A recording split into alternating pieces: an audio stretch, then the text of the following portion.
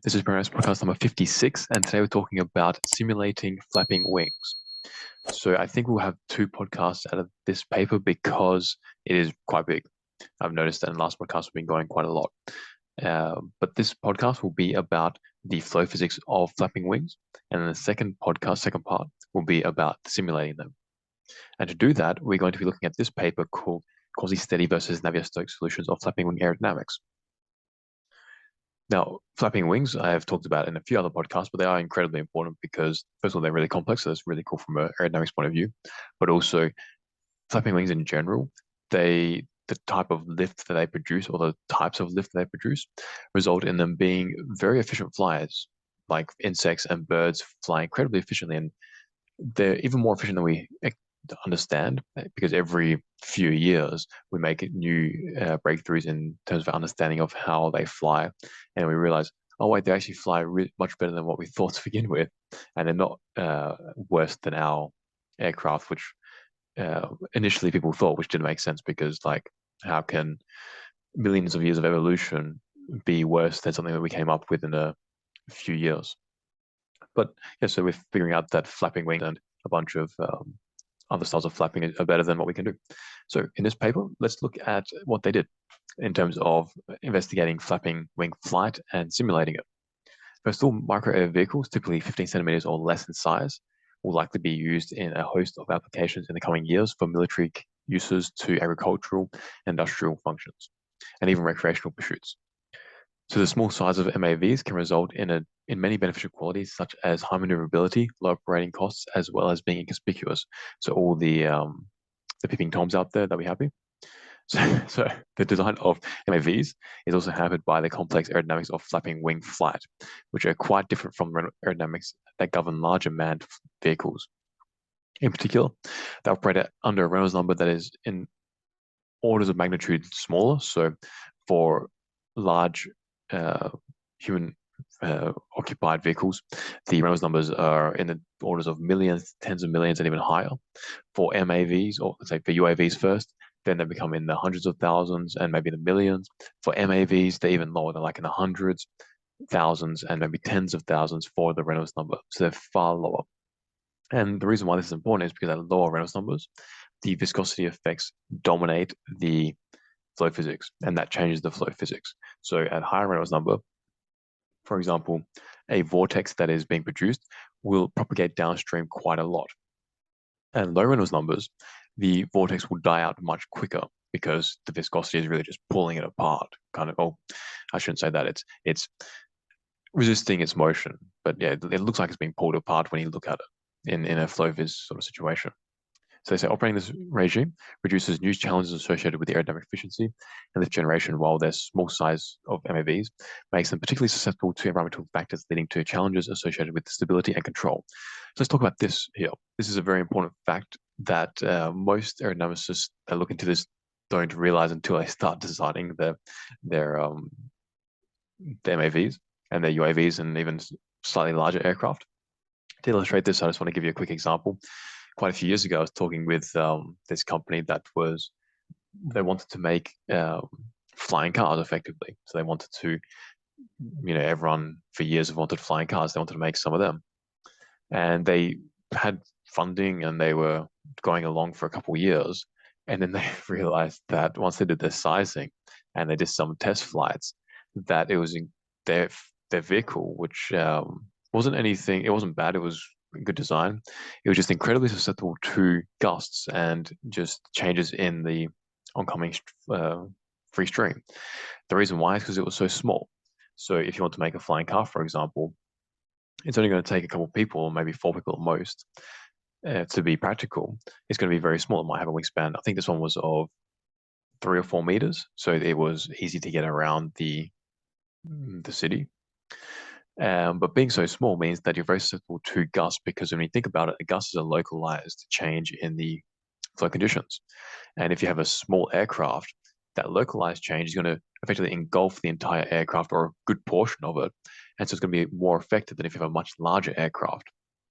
So what they ended up having to do was make the aircraft even bigger. Now, I haven't talked to them for a little while or kept up with what they're doing, but I think that, well, they were going to go to taxis last time I talked to them. I don't know how far along they've gone with that, but they were going to size it to be like now 50-foot wingspan, so 15-meter wingspan instead of the 3 or 4 wingspan that they meter wingspan that they had. So that's the detrimental effects that these environmental factors have. And when you go to MAV, it's even worse because MAVs are tiny. And when you look at insects, they get blown around all the time. And that's because they're just so small and they don't weigh very much that their inertia is small, first of all. And secondly, when a little gust comes along, they're completely engulfed by it. So the flow physics that they're seeing changes and they need to manipulate their wings and their tails and whatever they have to cope with it. And obviously, insects are fantastic at doing this. Just our robots, not so much.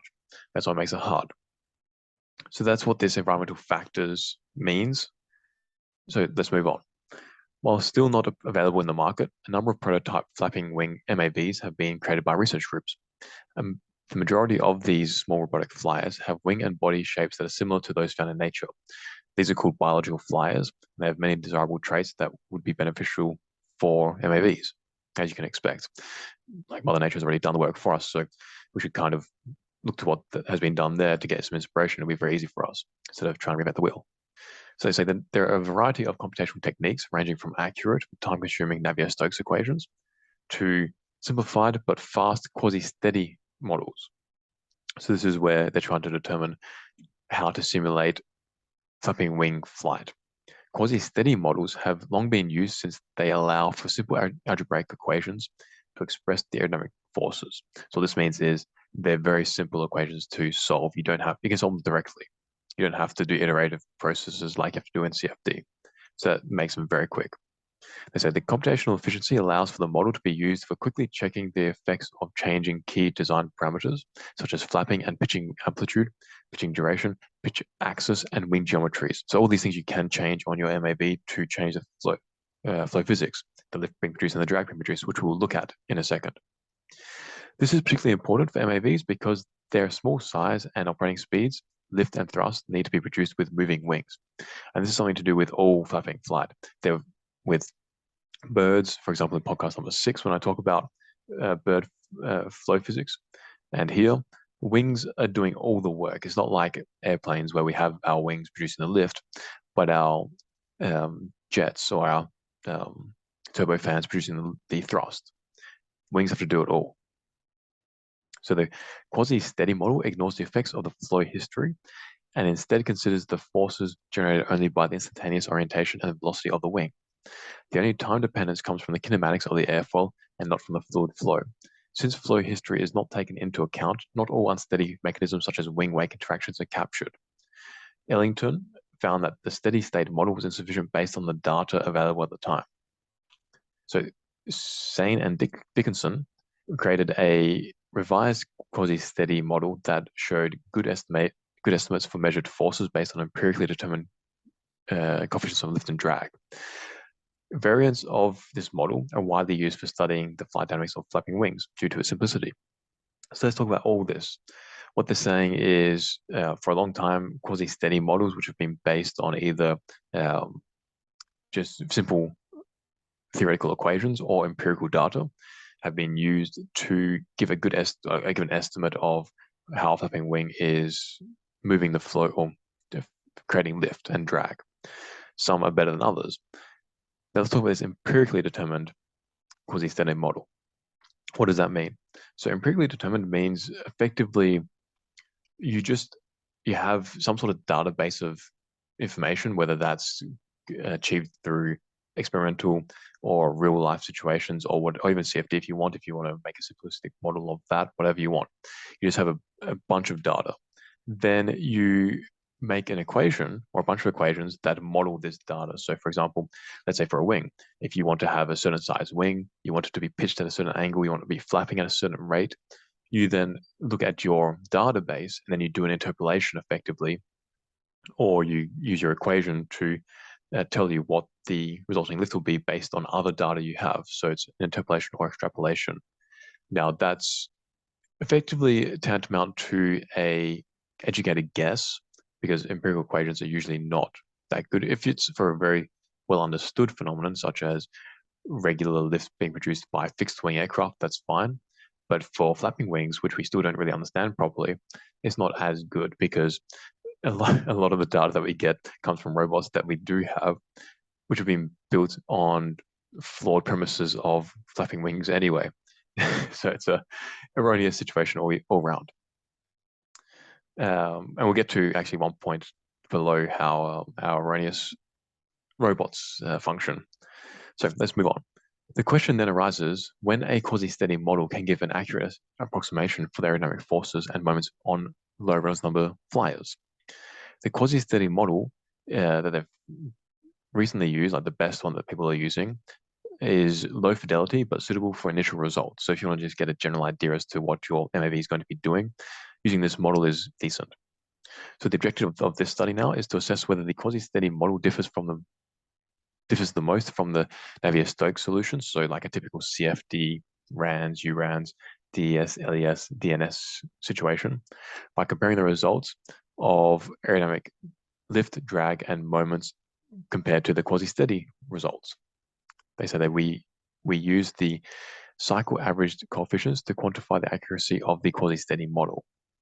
Furthermore, the angle of attack in the flapping wing aerodynamics plays a critical role in lift generation, as you can imagine. Hence, we primarily consider the effects of the pitching motion described by the pitching axis location, pitching amplitude, and the pitch duration on the resulting flapping wing aerodynamics. So let's talk about these three parameters here. They considered the pitching axis location. So imagine you have a wing. How does it rotate? Like to give you the angle of attack, where does it rotate about? So typically the wing, if you imagine, let's say like a B wing or a fly wing or whatever, and then the line will be horizontal somewhere, whether that's ranging from the leading edge all the way down to the trailing edge. So somewhere in the middle or these two extremes.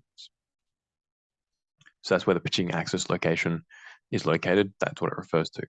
The pitching amplitude indicates how much the wing is pitched. And then the pitch duration is how long it takes to pitch, and that's also related to the flapping motion as well. So those are those three parameters. So here they say we consider hovering flight for rigid wings, and this is an important point. Remember how I mentioned earlier that our MAVs, currently our robots, they're not great replications of real life insects. This is one reason. Our MAVs are typically have rigid wings, and that's not how wings of insects and even birds to some extent operate. Insects, for example, a butterfly, they can actually bend their wings slightly, and what that does is it allows the wing to make the best use of the resulting flow physics that it generates. So, for example, the butterfly, when it flaps its wings, when it comes up to the top, it's called a clap and fling motion. So the wings, they hit together or go very close together. That forces all the air out. Then as they peel away, the wings are actually bent down a little bit. And as they peel, all the air rushes back in and you get leading edge vortices. And because these wings are bent a little bit, more of the wing is exposed to this leading edge vortex, which then allows it to produce more lift. So this flexibility in the wings allows the butterfly to produce more lift. And so here, and this is not the only insect that does that, but here they say that we consider hovering flight for rigid wings. So I don't know, actually, as I mentioned, we don't really understand insect flight that well, but as far as I'm aware, no insect has rigid wings. They can all flex them a little bit. So that's one limitation. In this study, the Reynolds number is kept constant at a Reynolds number of 100, which is very small, and that's relevant to a fruit fly flight. Alternatively, if I've mentioned in a few other podcasts, dragonflies, they fly at like 50,000 Reynolds numbers. So if you think like a fruit fly is only 100 compared to a dragonfly of 50,000, that's pretty amazing. And also if you look it up, dragonflies can fly much faster, like 10 times the speed of a fruit fly, which is why they can hunt them and hunt other insects. They're amazing flyers. For hovering flight for insects, there are two primary kinematics, flapping and pitching. So the flapping is obviously the wings moving back and forth, and the pitching is how the wings rotated as it's flapping back and forth. And then they have a pretty cool picture here. And the reason why I wanted to show this picture is, first of all, it shows the wing. So I mentioned earlier the axis location, where the rotation axis. whether that's at the leading edge, the trailing edge, or somewhere in the middle. And also, they have the design space. And the reason why I think the design space is good just to look at, for those of you seeing the video, for those of you listening, if you want to see the video, you can look on our YouTube channel, or you can just download this paper. It's open access. The link is in the description. And this design space shows you the 3 different parameters that they're looking at, from the time that the wing is flapping to the angle of attack of the wing, to the location of the rotation axis. And there are all these little dots that show the design space, like a cube with all these dots in there. So they're figuring out how the wing is performing at all these different parameter variations. Then from here, once you get this data, you can then produce an empirical equation. So you can then use this data to have this database, and you say, okay, I now have a wing which doesn't fit any of these points, but it's somewhere in between. So then I can interpolate and say, okay, well, I'm going to assume that now this is going to be about this much based on these 2 other data points, or these other 4 or 6 data points, whatever you want to use. So that's how the design space works, not only in experiments, but when you want to use it later. Okay, so they say we vary 3 pitching parameters to compare the performance of the quasi-steady model and the Navier-Stokes equation solvers. The 3 independent variables are the pitching amplitude, so amplitudes of 30 degrees, 45, and 60 degrees, so effectively the angle of attack. The location of the pitching axis measured from the leading edge, normalized by the chord. So 0 means that it's pitching right about the leading edge. 1 means it's pitching right about the trailing edge. So if you have a point about the leading edge that is rotating, it means that the trailing edge is the one that's sweeping in and out. If it's rotating at the trailing edge, it means that the leading edge is the thing that's sweeping in and out, and the rest of the wing as well. But the leading edge is the most swept point, if you can imagine that. And then finally, they look at the duration of the pitch from 0.2, 0.3, and 0.5. This is normalized to the entire flap. So if you have a pitch duration of 0.5, it means the entire flap back or forward, the rotation of the wing is occurring during that entire time. So it hasn't rotated and then flapped, it's rotating as it flaps. So if it's 0.5, it means it takes the entire sweep back motion for it to rotate completely, and then so forth. If it's 0.2, it means it only takes up 40% of that time. They say the study focuses on the pitching kinematics because the angle of attack has been shown to greatly affect the aerodynamic performance. And they looked at just the typical aerodynamic stuff, how you can normalize or you can non-dimensionalize the lift, drag, and moments to get the coefficients. They say here the rotational force is developed by the wing's rotation imparting additional circulation to the flow, which can enhance lift. So there's quite a lot in this short sentence. First of all, the circulation, I'm not going to go into too much. Podcast number 53, I went into a little bit. Just effectively, the circulation is related to the lift. You can calculate the lift based on the circulation. And the circulation in a physical sort of interpretation is really just how much the wing is, or any body is, affecting the flow.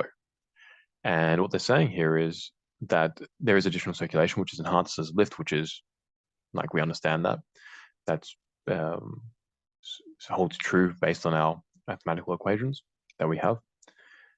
But the rotational force is developed by the wing's rotation imparting additional circulation. So the wing rotating imparts more momentum or more force on the air in a rotational manner, and that increases the circulation.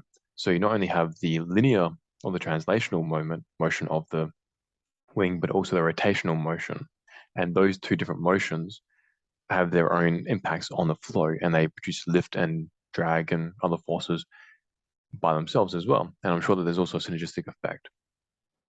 Synergistic effect, for those who are familiar with that term, it's when the sum of the parts make up for an even better result. So if you have, they work together to make an even better result, what that means. So they say these equations solved, so they're Navier-Stokes equations. They're going to look at compared to the quasi-steady. They say they're doing it in a finite volume, pressure-based, incompressible Navier-Stokes equation solver to simulate the flapping wing. Now, they don't give you too many details about the CFD, but one really good trick, once you understand meshes of CFD, you can look at a mesh and get a good idea as to what the CFD is about. So in this picture, figure 2, they have the fruit fly wing corresponding mesh that they produced for their CFD.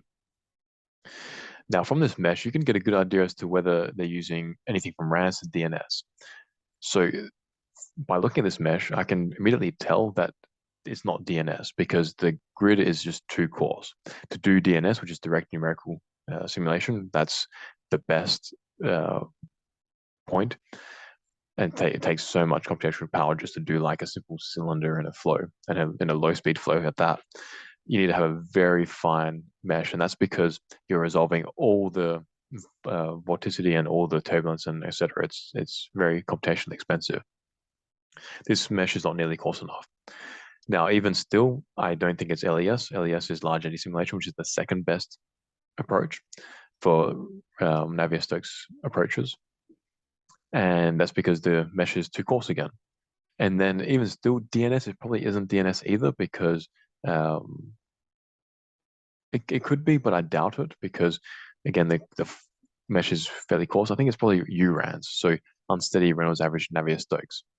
And what that means is that the equations will be greatly simplified and it's unsteady, which is good because you obviously have unsteady phenomena, but it isn't nearly as accurate as most of the other Navier-Stokes approaches.